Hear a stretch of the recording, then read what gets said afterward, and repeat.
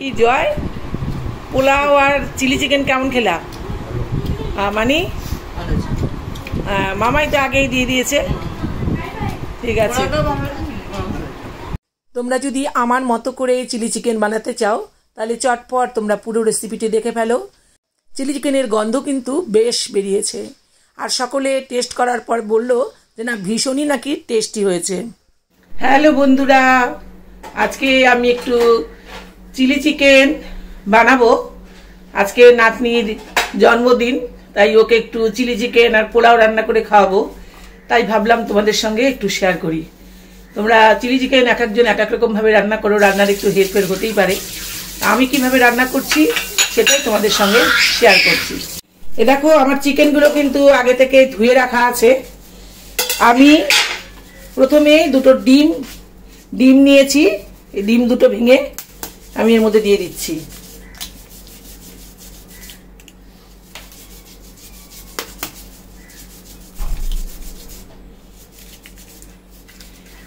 এই যে এর মধ্যে দিলাম একটু হলুদ। এই লবণটা অবশ্য তোমরা পরিমাণটা বুঝে দিও, কারণ এটাতে সস ব্যবহার করব।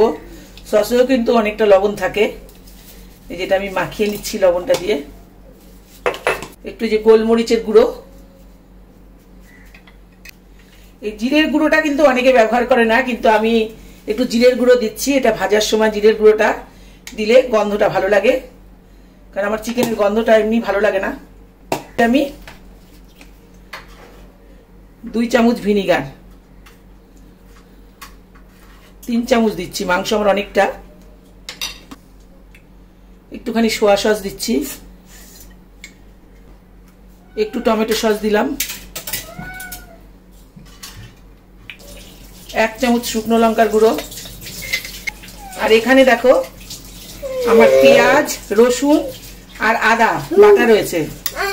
এই আদা বাটা দিয়ে দিচ্ছি আমি, এই যে 2 চামচ। পেঁয়াজ বাটাটা এই যে দিয়ে দিচ্ছি এর মধ্যে। একটা পেঁয়াজ বাটা ছিল। আর এখানে যে রসুন বাটা রয়েছে, এই রসুন বাটা এই যে এখানে আমি 2 চামচ দিয়ে দিচ্ছি। আর এখানে দেব একটু কর্নফ্লাওয়ার। তবে আমি কর্নফ্লাওয়ার কিন্তু খুব বেশি দেব না, আমি বড়ার মতো করে ভাজবো না, জাস্ট একটু হালকা হালকা কোটিং যেন হয়। এখানে আমি 2 চামচ 3 চামচ মতো, এই যে এখানে 1 চামচ,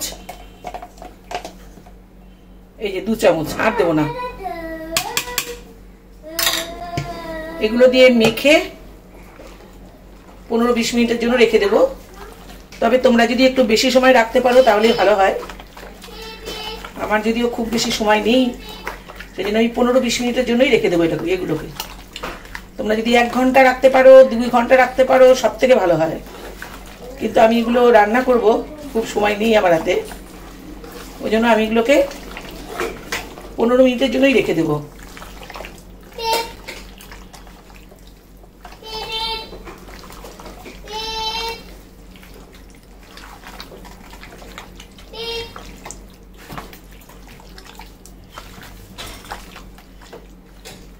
এখানে একটুখানি তেল দাও তো, দাও একটু তেল দাও তো, একটুখানি। হ্যাঁ, আর লাগবে না।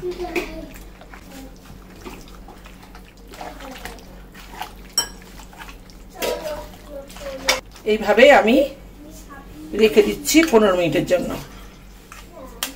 15 মিনিট পর আমি আবার ফিরে আসছি। আমি একটু টমেটো বেটে রেখেছিলাম, এটা দিতে ভুলে গেছি। এই যে টমেটো পেস্ট, এটা আমি এর মধ্যে একটু দিয়ে দিচ্ছি। আর এই একটুখানি রাখলাম, আমি এটা রান্নাতে ব্যবহার করব।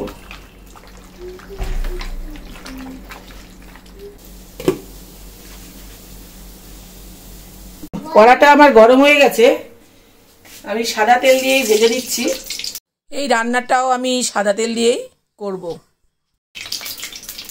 চিকেনগুলো আমি সাদা সরষের তেল দিয়েই ভেজে নিচ্ছি। আমার তেলটা কিন্তু গরম হয়ে গেছে, আমি এক এক করে দিয়ে এগুলো ভেজে নিব। এখন এই গরম তেলের মধ্যে আমি এক এক করে টুকরোগুলো দিয়ে ভেজে নেব। আর একদিক হয়ে গেলে তখন কিন্তু আমি অপর দিক উল্টে দেব, কারণ আগে যদি উল্টাতে যাই তাহলে কিন্তু তলায় লেগে যেতে পারে। সেই জন্য একদিক হয়ে যাওয়ার পরেই কিন্তু উল্টো দিকটা উল্টোতে হবে।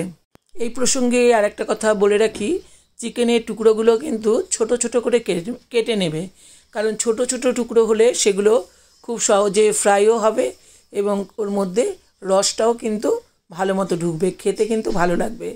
তবে খুব বড় বড় পিস কিন্তু করো না। তোমরা এই ভাজার কাজটা ছড়ানো ফ্রাই প্যানে করলে কিন্তু একসঙ্গে অনেকগুলো টুকরো ভেজে নিতে পারবে। আমার কড়াটা বসিয়ে দিয়েছিলাম, তারপর আমার মনে হলো, সেজন্য আমি আর কড়া থেকে এগুলোকে নামালাম না। একদিকটা হয়ে গেলে তখন আমি উল্টে দিচ্ছি। এই ভাজার কাজটা যখন সম্পন্ন করবে তখন কিন্তু গ্যাসটাকে খুব হাই ফ্লেমে দেওয়া যাবে না, মিডিয়াম ফ্লেমে দিয়েই কিন্তু এই চিকেনগুলো ভেজে নিতে হবে। যদি খুব বেশি ফ্লেম থাকে তাহলে এই চিকেনগুলো কিন্তু পুড়ে যেতে পারে, তাহলে কিন্তু রান্নার পরে এগুলো একটু তিতকুটে স্বাদ এসে যাবে। সুতরাং তোমরা মিডিয়াম ফ্লেম করেই কিন্তু এগুলোকে ভাজবে। আমার খেয়াল ছিল না, গ্যাসটা আমার বাড়ানো ছিল, ওই জন্য দেখো দুটো চিকেনের টুকরো কিন্তু একটু বেশি ফ্রাই করা হয়ে গেছে। এই দেখো এগুলো কিন্তু হয়ে গেছে আমার ভাজা, এগুলো আমি তুলে নিচ্ছি।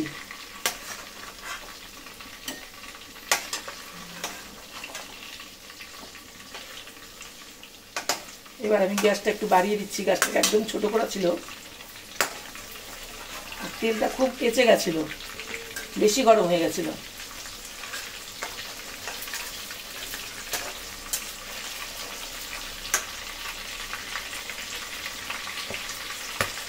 এইভাবে উল্টে পাল্টেই কিন্তু আমি সমস্ত চিকেনগুলো ভেজে নেব।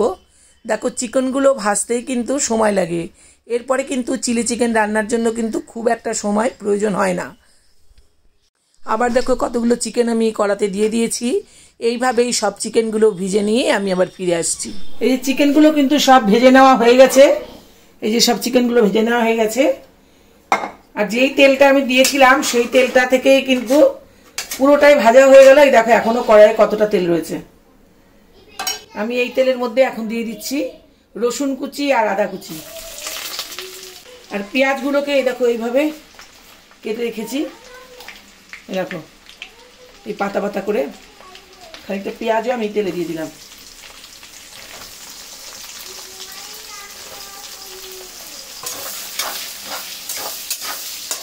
এই পেঁয়াজগুলো কিন্তু আমি খুব বেশি লাল লাল করে ভাজবো না, একটু হালকা করে খালি ফ্রাই করে নিচ্ছি। আমি লবণ এখনই দেব না, পরে দেখে নিয়ে আমি লবণটা দেব।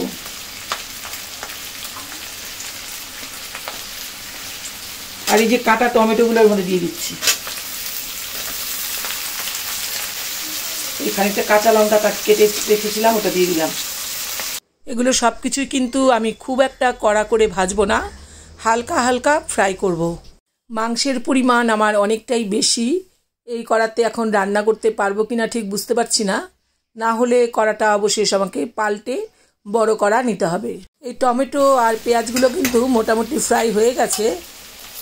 আর এই যে আমি বাটা মশলা অল্প অল্প করে রেখেছি, একটু পেঁয়াজ বাটা, একটু আদা বাটা, একটু টমেটো বাটা আর একটু রসুন, এগুলো আমি এই পর্যায়ে এখানে দিয়ে দিচ্ছি।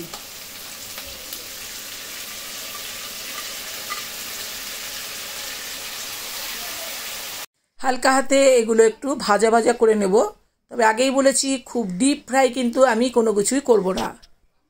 এখন এতে আমি যোগ করছি 2 চামচ পরিমাণ ভিনিগার আর 2 চামচ পরিমাণ সোয়া সস।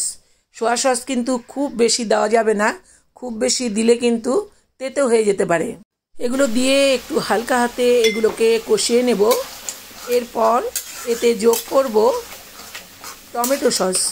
তবে টমেটো সস বা টমেটো কেচাপ যাই থাক না কেন তোমরা এতে ব্যবহার করতে পারো। আর টমেটো সস বা টমেটো কেচাপের পরিমাণটা কিন্তু একটু বেশি করে দেবে, কারণ একটু মিষ্টি মিষ্টি ভাব হলে কিন্তু এই চিলি চিকেনটা খেতে কিন্তু ভালো লাগে। এখন দিয়ে দিচ্ছি 1 চামচ চিনি, তবে চিনিটা তোমরা দিতেও পারো নাও দিতে পারো। চিনিটা দিলে একটু এর ব্যালেন্সটা সুন্দর হবে আর কালারটাও ভালো হবে, সেই জন্য আমি 1 চামচ চিনি এতে যোগ করলাম। আমি এতে কিন্তু কোনো রকম কাশ্মীরি লঙ্কার গুঁড়ো বা শুকনো লঙ্কা ব্যবহার করছি না। তোমরা চাইলে একটু রঙটা সুন্দর করার জন্য একটু কাশ্মীরি লঙ্কার গুঁড়ো যোগ করতে পারো। এই পর্যায়ে আমি ক্যাপসিকামগুলো দিয়ে দিলাম, কারণ আমার মোটামুটি কষানো কিন্তু রেডি। আর কিছুটা পেঁয়াজ আমার ছিল, যেটা আগে রেখে দিয়েছিলাম লাস্ট পর্যায়ে দেওয়ার জন্য। সেই পেঁয়াজগুলোও কিন্তু এখানে দিয়ে দিলাম, কারণ পেঁয়াজটা আগে যদি একদম দিতাম তাহলে কিন্তু একদম গলা গলা হয়ে যেত। সেই ক্ষেত্রে কিন্তু চিলি চিকেনে গোটা পেঁয়াজের কোনো অস্তিত্বই থাকতো না। সেই জন্য এই পর্যায়ে আমি কাটা কিছুটা পেঁয়াজ আবার দিয়ে দিলাম। এই পর্যায়ে এসে আমি লবণটা যোগ করছি, তবে লবণটা তোমরা একটু কমই দিও, দেখে নিয়ে তোমরা পরে লবণ যোগ করো। আগে যদি আমি লবণ যোগ করতাম তাহলে এর মধ্যে যে যে জিনিসগুলো আমি যোগ করেছি সব কিন্তু একেবারেই গলে যেত। সেই জন্য একদম শেষ পর্যায়ে এসে কিন্তু আমি লবণটা যোগ করলাম। আমার চিলি চিকেনের মশলাটা কিন্তু একেবারেই রেডি। এবার কিন্তু ভাজা চিকেনগুলো আমি এতে যোগ করব। চিকেনগুলো দিয়ে দিচ্ছি। চিকেনগুলো এর মধ্যে এখন নাড়তে পারবো কিনা জানি না, দেখি চেষ্টা করে। আমাকে গ্যাসটা একটু কমিয়ে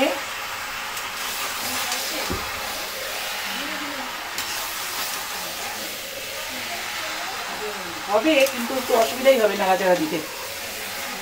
আমার রান্না তোমাদের কেমন লাগে?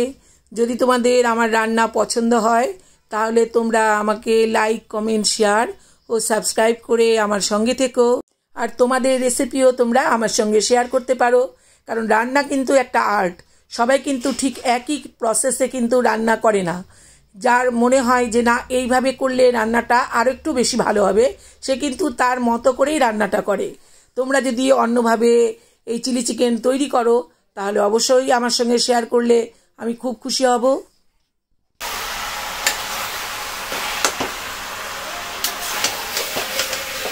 আমার কড়াটা ছোট হয়ে গেছে, আমার নাড়তে অসুবিধা হচ্ছে। আমি গ্যাসটা ছোট করে এটা একটু ঢাকা দিয়ে দিচ্ছি, আস্তে আস্তে ভাপে ভাপে একটু কমে যাক।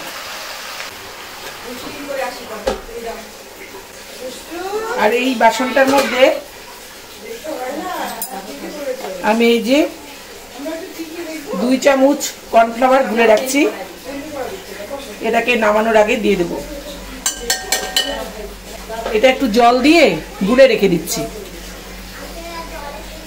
হয়ে গেছে মনে হয়, দেখি।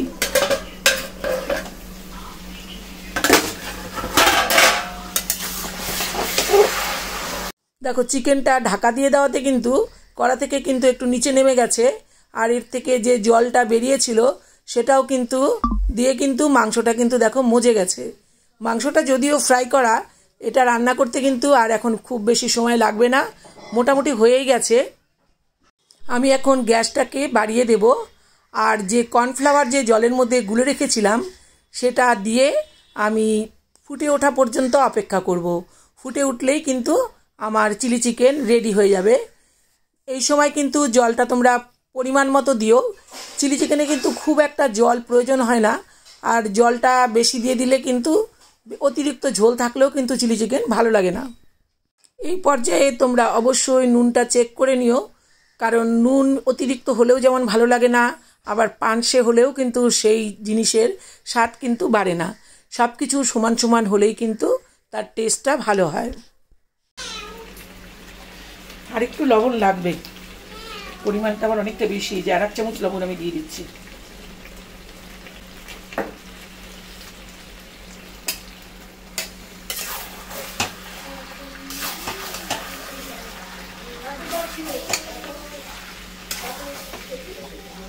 আর একটু জল আমার লাগবে। এই পর্যায়ে কিন্তু আমি আর একটু জল যোগ করলাম, কারণ একটুখানি আর একটু সস দিয়ে দিচ্ছি। আমার চিলি চিকেন কিন্তু মোটামুটি রেডি। এখন 2-3 মিনিট ফুটিয়ে এটাকে আমি একটা পাত্রে ঢেলে নিয়ে তোমাদের কাছে ফিরে আসছি।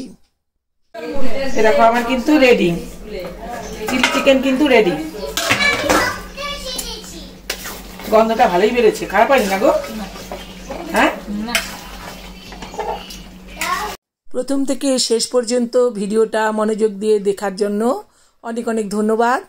এইভাবে তোমরা অবশ্যই আমার পাশে থেকো, তাহলে আরও নতুন নতুন রান্না নিয়ে আসতে পারবো। এতগুলো মাংস ভেবেছিলাম এই ছোট্ট কড়াইয়ে রান্না করতে পারবো না, কিন্তু আমাকে আর বড় কড়াই বার করতে হয়নি। এ কড়াই কিন্তু আমার এতগুলো মাংস রান্না হয়ে গেছে। আমি কিন্তু দেখো একটা পাত্রে ঢেলে নিয়েছি, দেখে কিন্তু ভালোই লাগছে এবং গন্ধও কিন্তু বেশ ভালো বেরিয়েছে।